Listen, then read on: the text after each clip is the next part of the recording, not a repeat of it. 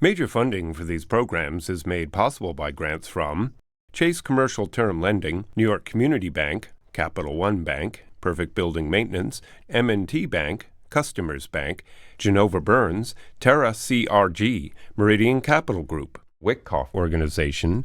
Additional support is made possible by AKA Hotels Corman Communities, Aerial Property Advisors, AmTrust Title, AVR Realty Company, Bank of America Merrill Lynch, Bank Leumi USA, Briarwood Organization, CBRE, Citizens Bank, Colliers International NYC, Collins Building Services, CPEX Real Estate Services, Cushman & Wakefield, Dime Savings Bank of Williamsburg, Fisher Brothers, Flushing Bank, Friedman, Handler Real Estate Organization, HAP Investments, Hersha Hospitality, Hodges Ward Elliott, Inc., Investors Bank, James D. Kuhn Real Estate Center at Syracuse University, Kilroy Architectural Windows, Madison Realty Capital, Matone Group, Mercantile Commerce Bank, New Banks, Newmark Grubb Knight Frank, Optimum Window Manufacturing Corp., People's United Bank, Rosewood Realty Group, SJP Properties,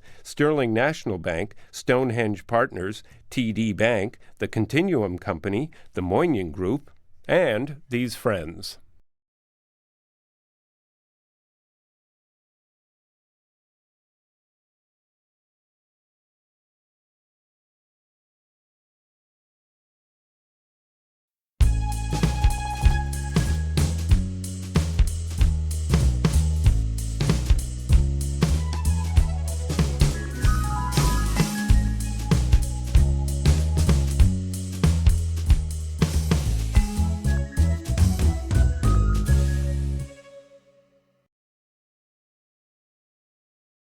The Mayflower,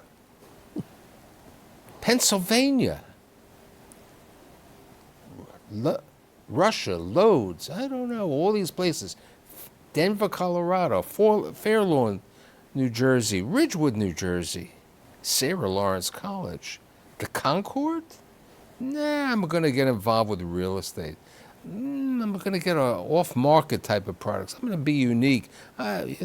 I'm going to work with this gentleman and we're going to create a little business.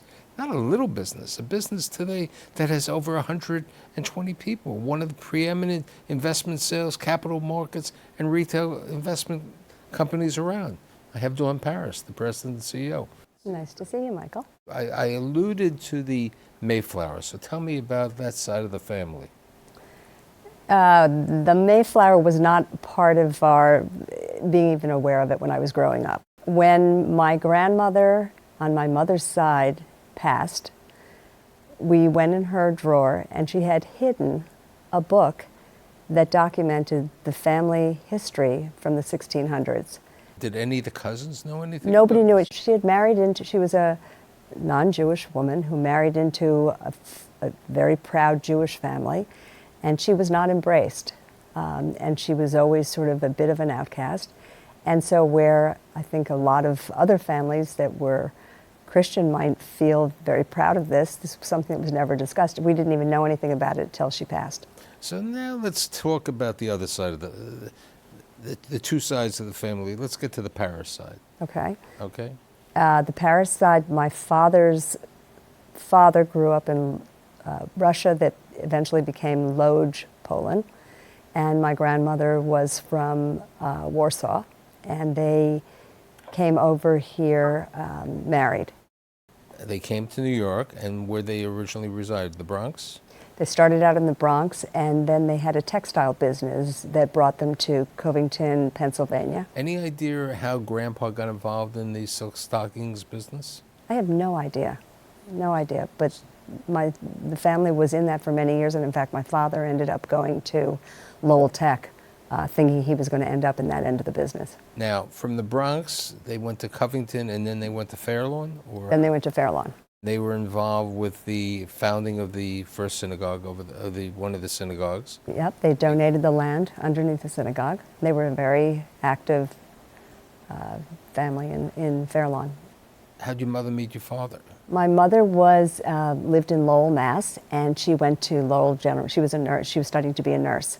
And my father was at the local college there at Lowell Tech, and they met, got engaged, married. Did they ever move to Pennsylvania? Or No, they moved to Fair Lawn and then eventually resided in Ridgewood, where I grew up.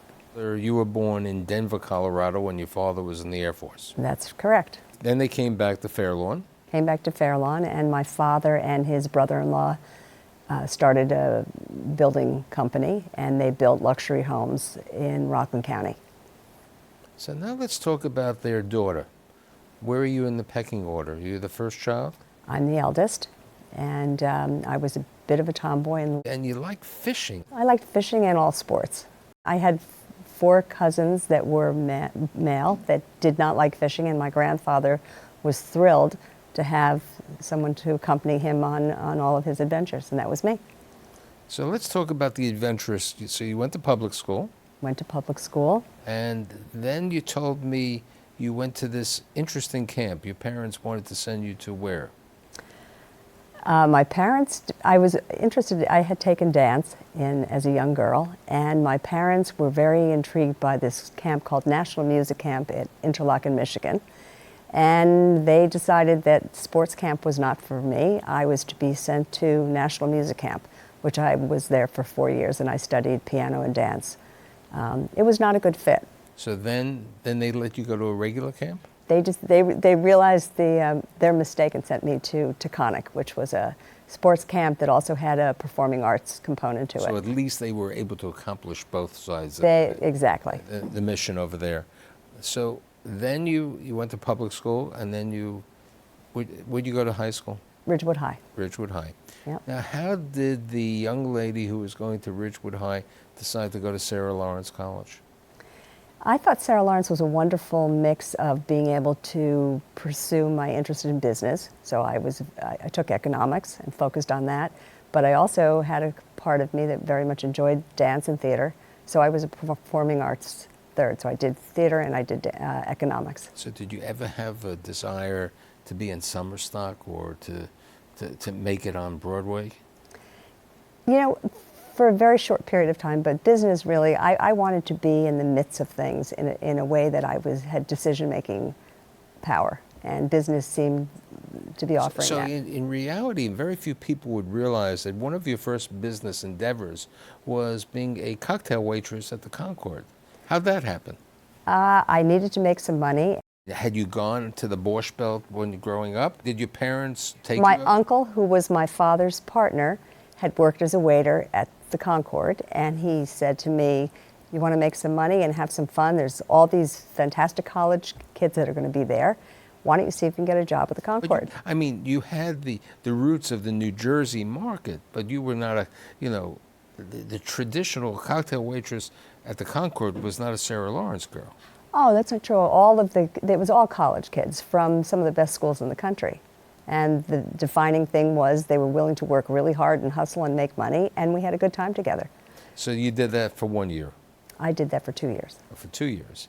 So now it's time to graduate, and what happens? You wanted to get into business, and someone tells you about the world of commercial real estate. No, actually it happened sort of organically. I was in Nantucket, and I met someone who was an attorney who was doing commercial real estate. And when he asked me what I wanted to do, I described what I was interested in. He said, why don't you come work for me? You wanted business, you wanted to be a self-starter, you wanted to be your own person. I wanted something that was glamorous and something where you could make a lot of money. Okay, your father was in the home building business, which was totally different than the commercial real estate business that you went into.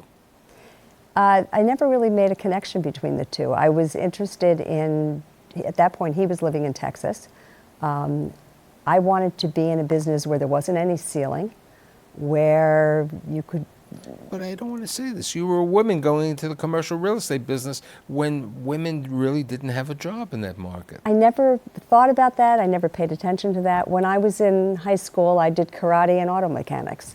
It wasn't something that was part of women, men. I just thought how fabulous to be in something that you can be your own person, that's creative, that you're dealing with people that enjoy what they're doing. And so how'd you meet Agnes? This individual who you met in Nantucket introduced you to this? No, actually, when he said, "Why don't you come work for me?" I went to 600 Madison, where our Whitbread Nolan's office was, and I saw the setup, and I thought, "Why would I work for you? Why don't I work for who you work for?" So I marched myself into Agnes Nolan, and not knowing that she typically made people wait hours for interviews, and I said, "Hi, I'm Daun Paris, and I want to sell commercial real estate." And I think she was so intrigued that I had chutzpah to do something like that. Now, how big was the firm at that time with Nolan? Well, it was primarily a residential firm, but they had a commercial division that was about 20 people, and they had a mortgage finance division. So there was a floor at 600 Madison. So she told me all about this fabulous training program, and Was there a real training program? No, there was no training program, and there was no training whatsoever. So it was when I first arrived there. They gave you the book, and they said There was a book, but they didn't direct me to which book. So how do you get into the business to start? How do you have the, as one would say, the chutzpah to go to the legendary Saul Goldman? Well, I started out looking for, they had a $1 million directory book. And I thought, if someone had $1 million, maybe they would buy a building. Because in those days, actually, $1 million was, So you looked at the $1 million directory book. And I could see that wasn't going to get me very far. So I looked in the back of the book and saw some names that had a lot of buildings associated with it. And I thought, you know what, if he just gives me a shot, I bet I can sell this building. And at that time, there were very, very few women in commercial real estate. So I made some calls to stop by his office, and to no avail, and just showed up in the office. And I think at that time they were so intrigued by a young woman professional in the commercial real estate business. Was he with Mr. Di Lorenzo at this time, or was he alone? He was alone. So you go to see him, and he gives you the opportunity to sell a property, right? He did. Gives you a listing, as they would say. He gave me 1040 Madison Avenue. And I didn't sell it, but it was a wonderful learning experience about thinking outside the box and going for it. So, as everybody knows in the real estate business, what was the first deal that you sold? The first deal was 4143 East 51st, which was the Talon headquarters, and it ultimately became the part of the Palace Hotel assemblage. And I remember walking through with the buyer and being intrigued with all of the fabulous Oriental carpets and furnishings, and saying to him as casually, Jerry, you really should ask that as part of the deal, you get all the furnishings, which he did. And he ended up making more from the furnishings than he did from eventually selling the property. So you're there for how many years?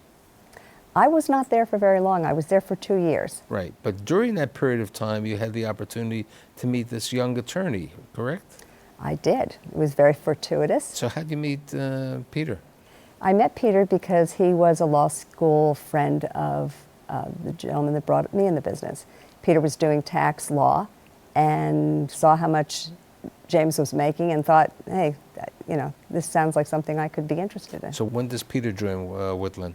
Whitbread Nolan? Yes. He joined Whitbread Nolan, I guess, maybe a year after I'd been there. How did you decide to go into the investment sales business? We had done a number of deals together at Whitbread Nolan, and she wasn't paying brokers their commissions. And we looked at each other and thought, what are we getting out of this situation? And realized not a lot.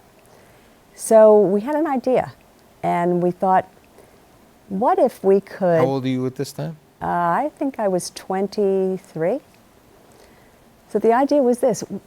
We had a few first-time international buyers, and we thought, what if we could find first-time unknown international buyers and source prime real estate on their behalf and get the buyers to pay our fee, which wasn't being done at that time, working off-market and having the buyer pay the fee. And it was changing the conventional way of doing business, and it gave us tremendous traction because owners were very interested in meeting with us because it afforded them the ability. They didn't have to pay a commission on the... Well, not just that, they were able to get a premium for their property, and they didn't have to have the headache of widely marketing their asset.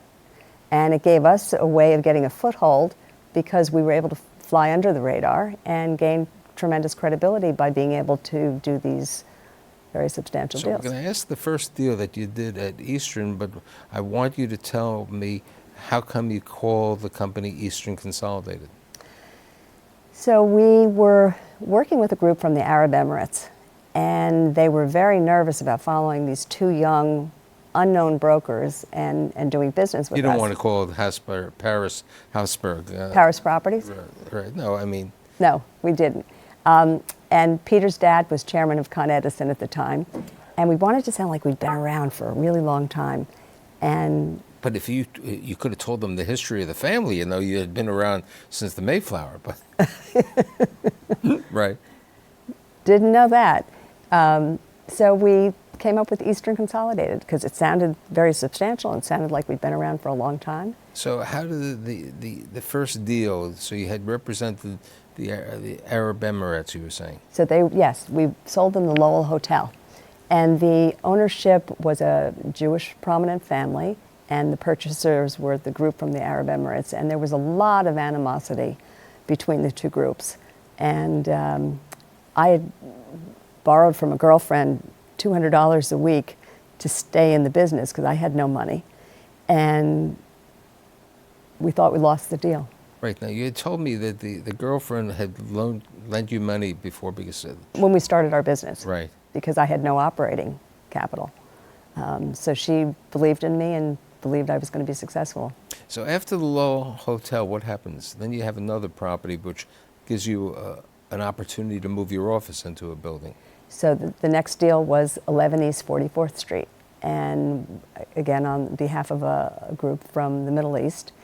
And they didn't have an office in New York, and we decided to join forces, and we shared an office. We sold them 11 East 44th Street and moved in an office together. Now, this is what year is this, 80? We started Eastern in 81. 81. So this is, I guess, 1980. Right, so the first couple of years was the foreign buyers, and then 1986 comes around, and the Tax Shelter Act is changed. Right, 1986 Congress eliminated the tax credits for real estate, and then we had the stock market crash. So what happens to at this time you're married, okay? At this time we're married, and we've been humming along, we've been bringing in brokers, and we realize we really have to make a decision about what our next move is. Do we want to move forward? Do we want to go with someone else? And again, changing conventional wisdom, we looked around at all of our competitors, and each place had one or two brokers at the top. And we thought, what if we could create a brokerage that brought together a constellation of stars, all under one roof, all working towards the same goal? Our clients would benefit, and the firm would benefit by getting a larger share of the few deals that were being done. And so we took this idea, and luckily we're able to attract some star brokers. But you said to me you attracted star brokers and also people from other industries, correct? What happened was everyone else was going out of business. And at that point we had 35 sales brokers that in a very short period went down to less than a handful. And so because they couldn't make a living. They couldn't make a living. And so the idea was, well, it's great to have the concept, but you have to be able to put structure behind it. And so what we did was we tripled our size when everybody else was going out of business. Right. You took office space on Rockefeller. We took an 18-month lease at 30 Rockefeller Plaza. And it was great. We were moving along, all was good. And by 1995, we had built up a team of about 30 brokers, 20 of whom were very accomplished deal makers. Which at that time people were saying, stay alive to 95, right? Stay alive till 95. And so we had these 20 very accomplished deal makers, and all of a sudden the other companies started calling our stars. Poaching away. We're very interested in picking off some of the top brokers, who luckily were staying put for now. But it brought to mind that to build a big business and to sustain, to keep a successful business, it's not just attracting good people, but it's retaining them. And so we decided that it was appropriate and something we wanted to do. And we looked to the consulting business for a structure where we could create what we call a principals pool. And what that was, actually today we have 16 principals in this principals group, and that consists of top producers and key management. And what we did without being asked, we told them that we were going to contribute 40% of Eastern's net profit after a base to Peter and myself taking 100% of the risk. And we would give that for the brokers to share amongst the principals group.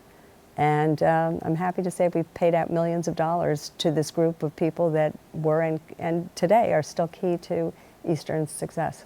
Now, what about the uniqueness of finding people, as I said, from other industries that you brought in? Well, we did that. Can I just back up one thing? Because Sure. I think it's important to acknowledge that. So to this day, we still have about 20 of those brokers with us, and six of these, top recognized brokers are women with distinguished track records and are still some of the top deal makers in the city, which is extraordinary. So back to your question about in each growth mode, so as a result of our success, we found that we were reaching our management limitations and we needed to look outside our industry, and we do something called hire heavy, where we have repeatedly hired for where we're going, not for necessarily where we are. And so we brought in, we had to pay attention to all of the operations from IT to management to marketing, and we built in professionals that freed Peter and I from doing all of the things to doing what we did best and focusing on deals and the brokerage team. So let's talk about the next phase, because Eastern has really, we had 9/11, which was difficulty for the real estate world, and then we had 2008. So in 9/11, literally things stopped. And I think people felt, leasing brokers were predicting that second floor space would go for less than ground floor space. And so again, I think turning conventional wisdom, taking a risk and looking at things from a different paradigm is often the most important thing to do. And we had to figure out what our next moves were. And we said to our team, look where other opportunities can be. Look at, come up with ideas of where you want to fish, where others are not. And it was some of the newer brokers actually that came up and identified new opportunities in affordable housing, in distressed asset, triple net lease, retail, and sales condos. And it proved to be very fortuitous for us. So we built, with the management structure going very well, and this team of brokers, and we ran in, again, success brought a whole new slew of things to pay attention to, and that was that our business model of having senior brokers training the less experienced brokers was no longer sustainable. And also a focus on having ongoing deal flow, which was a critical thing to the success of any company. So we brought in someone to help with the training, and we developed a very, very intensive advanced track training program. So what that's done is it has enabled to have the senior level, the mid-level, and the less experienced level, and it builds on Eastern's. Eastern it's a culture of achievement. If you think about the structure, we attract and we look for those entrepreneurial, self-motivated individuals that have a very high emotional intelligence that we train to be top performers. And we do that through the advanced track program, because by taking a very structured sales management and combining that with sales coaching that's very dynamic in nature, it supports the whole fundamental thing of what Eastern is based on, not creating support brokers, but creating those top producers that go on to be star brokers and retaining them. Then how do you decide to get involved with the capital markets and the retail business, which have become two large components of Eastern today? It was a natural, organic evolution. We do a tremendous amount of development deals, and so we're privy to a lot of things before they, anyone else is. So there were opportunities with retail. There were opportunities with people looking for equity, joint ventures. And we felt that we were referring an enormous amount of business out, and we weren't able to control the quality of it. And we had a number of clients that said to us, boy, we wish we could just come to you, one-stop shopping. And it's reputational risk also when you refer out. Exactly. So in 2014, we started a retail division and a capital advisory division, both of whom the synergistic benefits between all three departments has been just tremendous for the brokers and for our clients. And we, for example, for retail, it's been 2.5 years now, and literally in the first year they hit the gate running with doing a deal a week, and now it's 2 deals a week. And that's with a team that is only about 14 brokers, which is a critical Right. group. Capital advisory in the first year, again, we've had tremendous success. We purchased Prospect Capital in 2000. We brought on Prospect Capital, Right. and Capital Advisory's done over $1 billion in the past year. Let's talk about a little family. You and Peter have been married how many years? We are going on 34 years. 34 years, and you have 2 children. I have 2 children. I have a daughter who just received her master's in nutrition from NYU. Her name is Alexandra, just a lovely young woman, and she's working Hebrew Home for the Aged and enjoying it very much. I have a son, his name is Philip, who has just entered in real estate. He was in the tech world, and he was head of U.S. operations for a company called Mobilely. In fact, one of the things that the company also developed was the app called Yo. I don't know if you remember, but when the missiles were going off in Israel a few years ago, they were using Yo to notify people that they were on their way. And Philip has decided that the tech world is not for him, and he is now working in real estate in California. Now, Philip's married and has a child, right? Grandchild. I don't have a grandchild yet, Okay. but I have a lovely daughter-in-law. Her name is Jessica, and she is director of marketing for Sugarfina. You know, it's lucky that your parents were open-minded and allowed you to follow your business career, and that the Sarah Lawrence kid, who might have one day been a ballerina or an actress, became one of the preeminent real estate leaders in the city of New York. And thanks for being here. Thank you so much.